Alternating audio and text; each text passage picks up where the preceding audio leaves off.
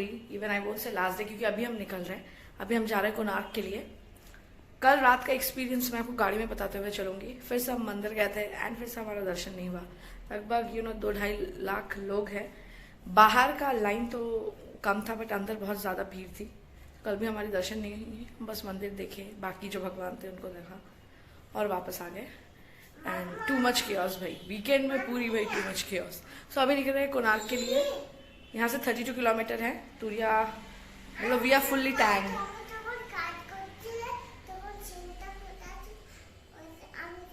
Okay, तुरिया अपना story सुनाने में व्यस्त है। अभी हमें नीचे 7:30 बजते, 7 बजे चेकआउट नहीं था।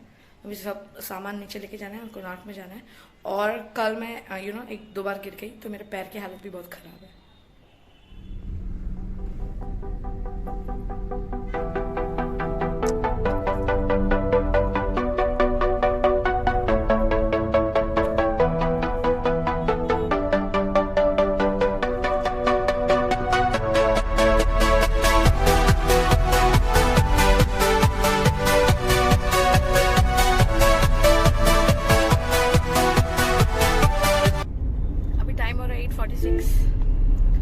तो हमें पता नहीं था कि कोणार्क टेम्पल 10:30 बजे खुलती है।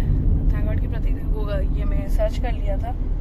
तो वैसे तो प्लान सुबह 7 बजे निकलने का था बट हो नहीं पाता क्योंकि इतने टायर्ड थे। वैसे भी उठते उठते हमें 6:30 7 तो बज ही गए थे। तो रिया को रेडी करना था, हमने चेकआउट किया, फिर ब्रेकफास्ट किया और ये भी लेना था पूरी का फेमस गौजा, तो वो भी ले लिया हमने। तो अभी हम जा रहे हैं और 32 किलोमीटर है कोणार्क के लिए। 10:30 बजे वहाँ दिखा रही है खुलती है। अब जाके वहाँ देखते हैं कि प्लान तो है एक गाइड लेके थोड़ा सा डिटेल्स में जानने का, अगर कुछ मिल जाए तो अच्छा, वरना खुद ही देख लेंगे और क्या। तो अभी यहाँ का रास्ता बहुत अच्छा है। इस साइड, पूरी के इस साइड भी इतनी सारी होटल थी, हमें पता नहीं था। हमें लगता था वो स्वर्ग द्वार जो एरिया है ना वही पूरी होटल के साइड वही सब होटल में थे, बट इस साइड भी काफ़ी अच्छे अच्छे होटल्स थे एंड सारे वो राजभवन वगैरह इसी साइड पे थे। तो अभी मैं आपको रोड दिखाती हूँ कोणार्क के लिए जहाँ हम जा रहे हैं अभी।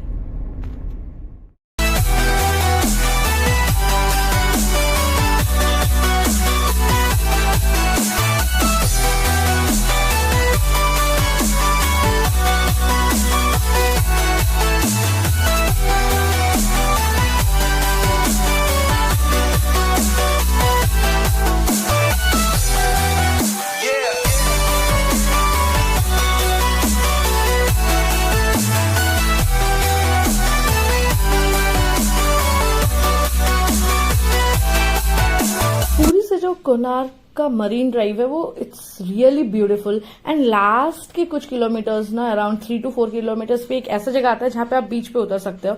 तो हमसे भी रहा नहीं गया, उतनी गर्मी में हम भी उतर गए एंड तुरिया ने अपने कपड़े फिर से गंदे किए तो मुझे उसके पैंट फिर से चेंज करना पड़ा। बट ये बीच बहुत अच्छा था, जबकि ये थोड़ा स्टीप था, यहाँ का सैंड थोड़ा नरम था, बट आप कुछ देर के लिए एंजॉय कर सकते हो। हाँ, बट बी वेरी केयरफुल।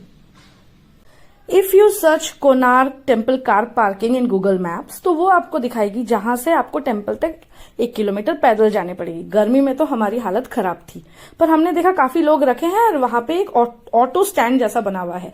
तो दूर से हमें जो लगा कि हमें वो ऑटो पकड़ के मंदिर तक जाना पड़ेगा 1 किलोमीटर, और हमें जाना भी था क्योंकि हमें लगा था इतनी गर्मी में चांस नहीं लेना है। अब हमने कार पार्क की, ऑटो में बैठे और ऑटो ने कहा 50 रुपीज। जस्ट बैठे और उन्होंने उतार दिया। तो मैं आपको जस्ट इतना बता दूं कि हार्डली 150 मीटर होता है वो कार पार्किंग से आपका कोणार्क टेम्पल। तो नेक्स्ट टाइम आप अब जब भी जाइए आपको ऑटो लेने की जरूरत नहीं है। अगर आपके पैर में प्रॉब्लम है तो सही है, वरना पैदल ही जा सकते हो क्योंकि आपको वो जहां उतारेगी फिर से आपको और 200 मीटर चलना पड़ेगा टेम्पल के लिए। तो finally we reached Konark temple. तो ये डिटेल्स मैं आपको इसलिए बता रही हूँ क्योंकि वापस आते वक्त हम पैदल ही आए, क्योंकि हमें लगा फिर से 50 रुपीज ऑटो से क्यों जाए, क्योंकि कार तो सामने ही है। 150 मीटर बस हम पैदल चले और पहुंच गए हमारे कार पार्किंग। यहाँ पे भी हमें ज्यादा देरी रहने नहीं दिया गया क्योंकि यहाँ पे शेड थी, हम पेड़ के नीचे बैठे थे। सिक्योरिटी आई और सब लोगों को वहां से भगा दिया क्योंकि आपको पता ही होगा जो वो साइड पे जा रहे हैं उनके पास टिकट नहीं है, वो साइड से ही दर्शन कर रहे थे। तो जी हाँ, सिक्योरिटी ने हमें भगा दिया। हम लोग से घूमना हो नहीं पाएगा, इतनी कड़क की धूप और लाइन में 250-300 लोग तो ऐसे ही हैं। एंड दे सेड कि 80 रुपीज़ टिकट है एंड गाइड 450 रुपीज़। वो ले भी लेते बट ये धूम में घूमने जैसा हमारा कैपेसिटी नहीं है, तो हम बाहर से ही सन टेम्पल को देख रहे हैं। बचपन पे देख चुके हैं हम। तूरिया को अभी कुछ समझ में नहीं आएगा अगर वो देखे भी तो, थोड़ी बड़ी होके देख सकती है। तो हम बाहर से ही घूम के चलेंगे। तो टाइम हो रहा है 11:30। हमने कोणार्क टेम्पल अंदर से तो हमने दर्शन नहीं किए, बाहर से कर लिया बस प्रणाम, और साइड से फोटो वगैरह भी खींचे। इतनी लंबी लाइन थी, इतनी धूप थी, नहीं होता हमसे तूरिया को लेके, बहुत गर्मी थी भाई। तो फिर वापस आ गए हम, थोड़ा नारियल पानी वगैरह आइसक्रीम खाए, और अभी गूगल मैप्स दिखा रहा है हमें 10 घंटे लगेंगे पहुंचने अपने घर। तो बस घर की तरफ। अब बीच में कहीं लंच करने का प्लान है, तो अगर कुछ मिल जाए तो ठीक है, वरना ऐसे ही चलेंगे। बस 2 दिन का ट्रिप, तब घर में जाके तो फिर से रेस्ट ही करना है। तो आपको मैं अभी रास्ता दिखाती हूँ। अब ये शायद स्टेट हाईवे है।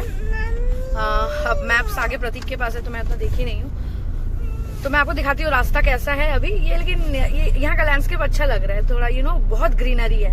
आते टाइम जो नेशनल हाईवे से हम आए थे ना, NH कौन सा था, 16 शायद, तो वो बहुत सूखा सूखा टाइप का लग रहा था। लेकिन ये जगह में ना बीच दोनों तरफ वो खेत है एंड पूरी ग्रीनरी अच्छी लग रही है। चलिए आपको दिखाते हैं।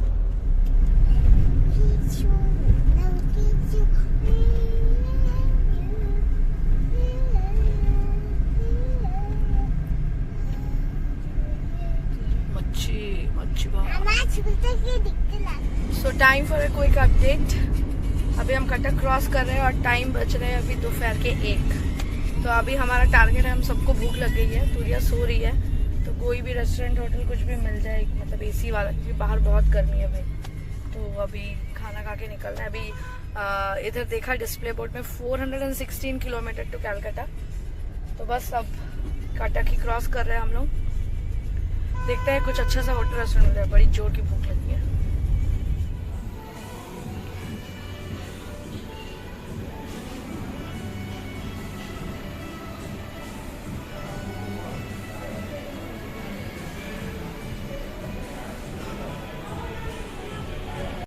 Hey, so we are now at Aditya Spice and Treat. ये हमें अचानक से मिल गया, प्रतीक ये नहीं दिखता तो ये मिस हो जाता। कटक घुसने के वक्त ही मिलता है। मैं डिस्क्रिप्शन बॉक्स में इसका लिंक डाल दूंगी। बहुत ही कम AC रेस्टोरेंट मिलेगा उसमें से एक है, एंड वेरी रीजनेबल। बोला जाओ।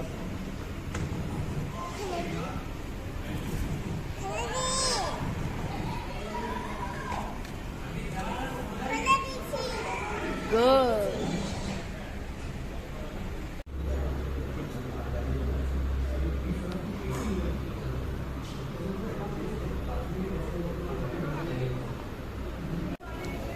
Biryani, chicken tikka masala, prawns. Okay, आगे कुशुमटा खाओ।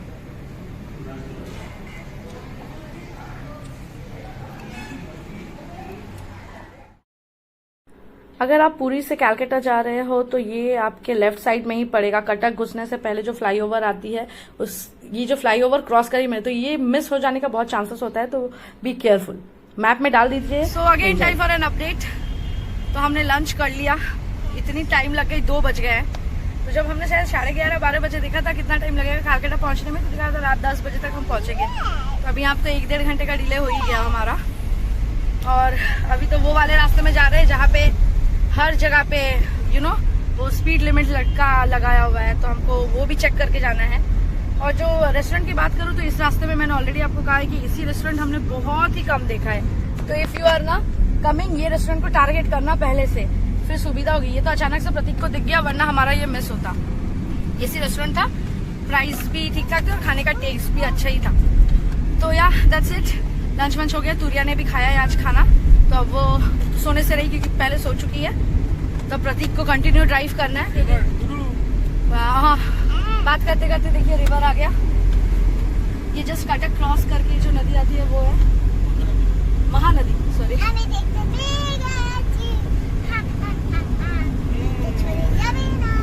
तो ठीक है, अभी मैं आगे आपको और अपडेट देते हुए चलती हूँ। अगर रास्ते में कुछ नया दिखते कि हमें एक जगह पे फ्यूल फिर से रिफिल करना पड़ेगा, वो हम देख रहे कि कोई कोको वाला पेट्रोल पंप मिल जाए, पर गूगल मैप्स में वैसे कुछ शो नहीं कर रहा। तो यार चलिए आपको दिखाती हूँ, वो ब्रिज से ट्रेन जा रही है। सो टाइम फॉर क्विक अपडेट। अभी बज गए शाम के 5 और जालेश्वर यहाँ से दिखा रही है 45 किलोमीटर और कोलकाता 250 किलोमीटर। बीच में तो वही गंदी वाली रास्ता भी स्टार्ट हो गई है, जहाँ पे बीच बीच में ऑपोजिट साइड से जानी पड़ रही है। एक तरफ का रोड का कंस्ट्रक्शन चल रहा है और ट्रक्स भी काफ़ी हैं अभी। हमने सोचा था सुबह के टाइम रहती है, बट अभी यहाँ तो शाम के टाइम भी काफ़ी ट्रक्स मिल रही है। तो ये स्ट्रेच अगर हम लाइट रहते रहते अगर अच्छे से कवर कर लेते हैं, फिर थोड़ा अच्छा हो जाएगा हमारे लिए। तो देखते हैं आगे क्या रखा हुआ है। प्रतीक ने, हमने लंच किया, उसके बाद प्रतीक ने अभी तक रेस्ट नहीं लिया है, वो अभी ड्राइविंग कर रहे हैं। तूरिया सो गई है, बहुत मुश्किल से सोई है, बीच में 2 बार मेरे से मार भी खाई है। तो फाइनली अभी बस और 250 किलोमीटर घर के लिए।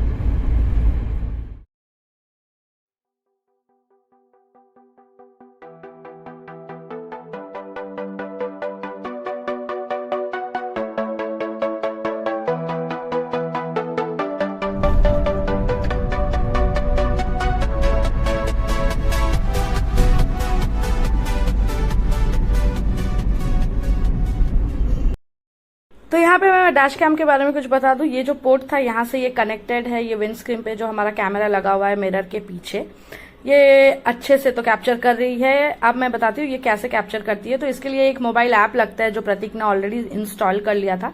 तो उस ऐप को आप खोलोगे तो लाइव आपको दिखाएगा कि अभी क्या चल रहा है। अभी मैं वो आपको ओपन करके आपको ऐप दिखाती हूँ कि मुझे जो व्यू आ रहा है वही व्यू आपको ये ऐप दिखाएगा। सो हाँ, ये हमारा डैश कैम भी काफी काम में आया।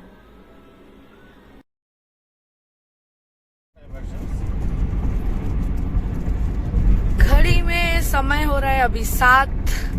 मैं अभी इतना पिच डार्क है बाहर, मतलब मेरा फेस आपको दिखेगा नहीं, तो मैं आपको रोड दिखाते हुए कुछ अपडेट देती हूँ कि बालासोर के पहले 20 और बाद में 20 किलोमीटर्स में काफी डाइवर्शन है।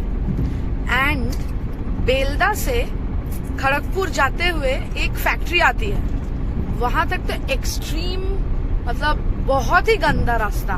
पहले तो आप टोल पे करो, एक ही रोड में बोथ वे में व्हीकल्स जाएंगी, ट्रक फुल है और इतने सारे बम्पर्स कि आप फ्रस्ट्रेट हो जाओगे ड्राइव करते करते। तो आपको अभी दिख ही रहा होगा कि रास्ते में कितने सारे ट्रक है। 7 बज रहे हैं अभी। तो हाँ, हमने वो गंदा वाला रास्ता क्रॉस कर लिया है, तो अभी हम खड़गपुर की तरफ जा रहे हैं। घड़ी में गूगल मैप्स दिखा रहा है कि 2.5 घंटे और लगेंगे। तो देखते हैं कितने बजे तक हम पहुंचते हैं। टारगेट तो था कि 10 बजे तक घर पहुंच जाने का। अगर सब कुछ ठीक ठाक रहा तो शायद पहुंच भी जाए।